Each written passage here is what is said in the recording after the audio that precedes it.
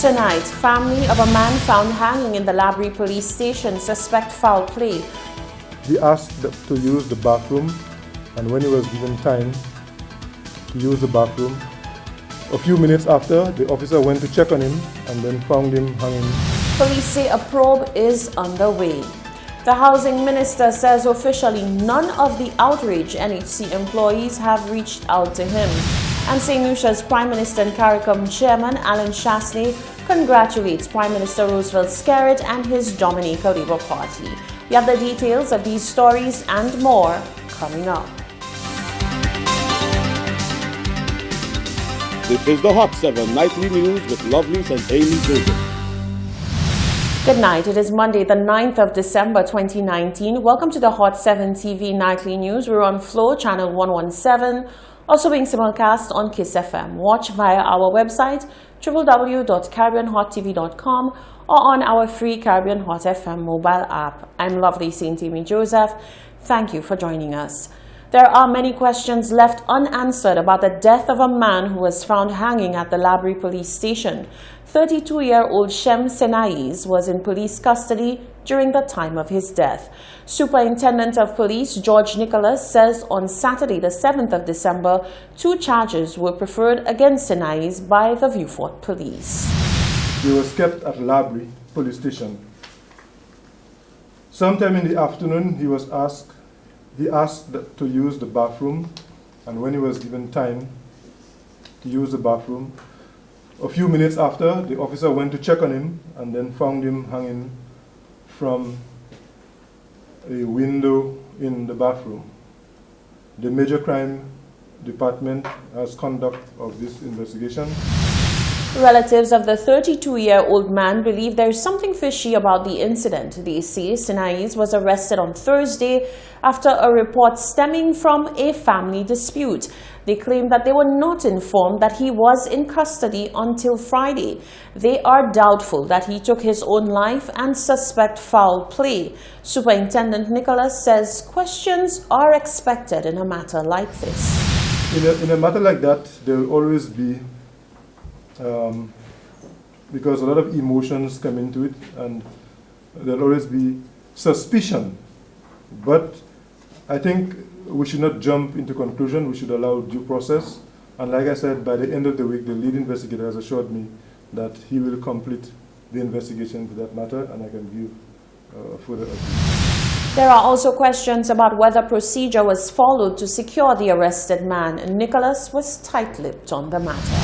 Well, when somebody is taken into custody by the police, there is a procedure that should follow.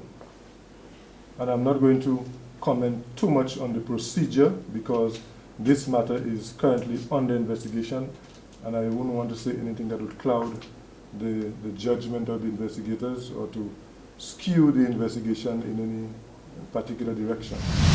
According to police, it appears that a string or some sort of cord was used to suspend Senais, whether by himself or another individual, we do not know. A post-mortem is expected to shed some light on the matter. Meanwhile, Michael Blades, alias Coco, of the Vieux Fort has yet to be found. Coco, as he is popularly known, was arrested by Vieux Fort Police on the 22nd of November and taken to the Choiseul police station. He was released without charge on the evening of Sunday, the 24th of November. Footage from the police station recorded that he attempted to flag a vehicle, presumably to take him home to Vieux Fort, but he never made it. To date, Coco has not been found. Superintendent George Nicholas says the police are still on the case. The matter is still being investigated. We have not been able to locate him. There has been outcry by the family and the Member of Parliament for Vieux Fort South for answers in this puzzling case. It is clear which party in St. Lucia had involvement in the Dominica elections. So says Prime Minister Alan Chasney, following accusations by Dr. Ernest Hilaire that unrest in Dominica was plotted in St. Lucia. Prime Minister Alan Shastney says it never entered his mind that Dr. Ernest Hilaire could be making accusations against the St. Lucia United Workers' Party in relation to involvement in the Dominica elections. Prime Minister Shastney says his party was extremely careful not to become entangled in Dominica's political affairs, given that he is the current CARICOM chairman. I was wondering maybe he was talking about the St. Lucia Labour Party involvement in the election, and that he was now confessing to the fact that they played a role.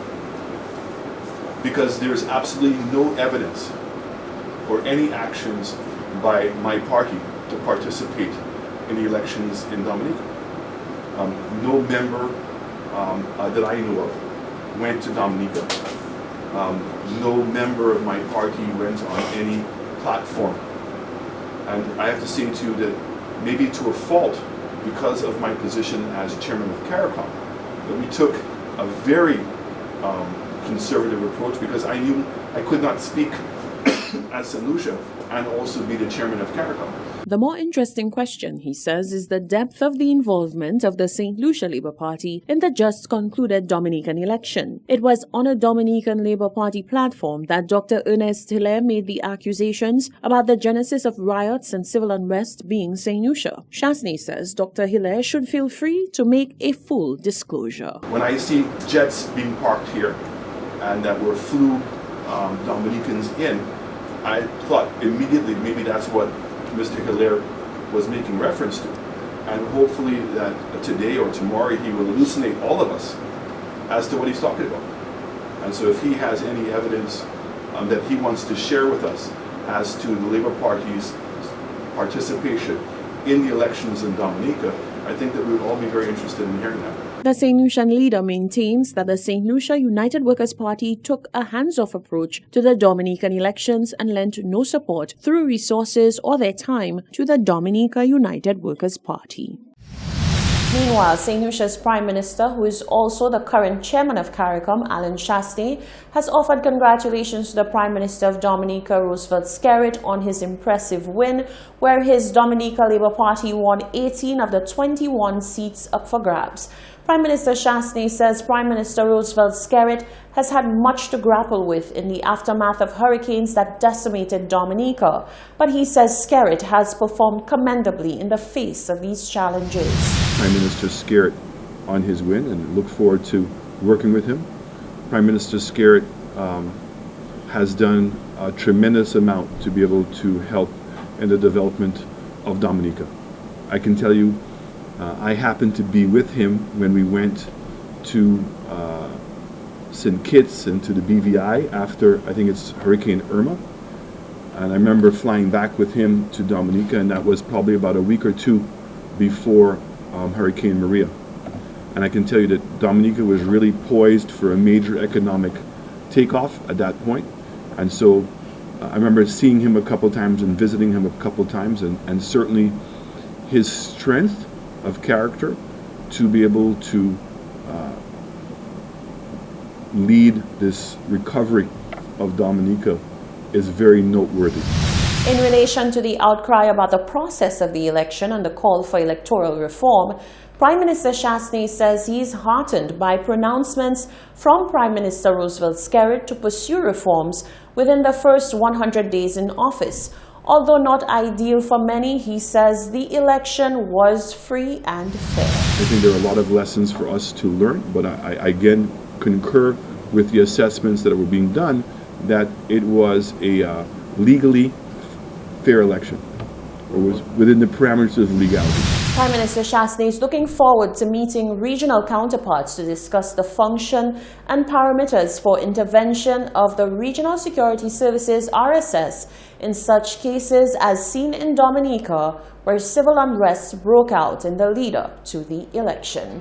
This is the Hot 7 TV Nightly News. Still to come, the Housing Minister speaks on the NHC industrial turmoil. The church laments the commercialization of Christmas and an impassioned plea for motorists to be safe during the busy holiday season. Stay with us.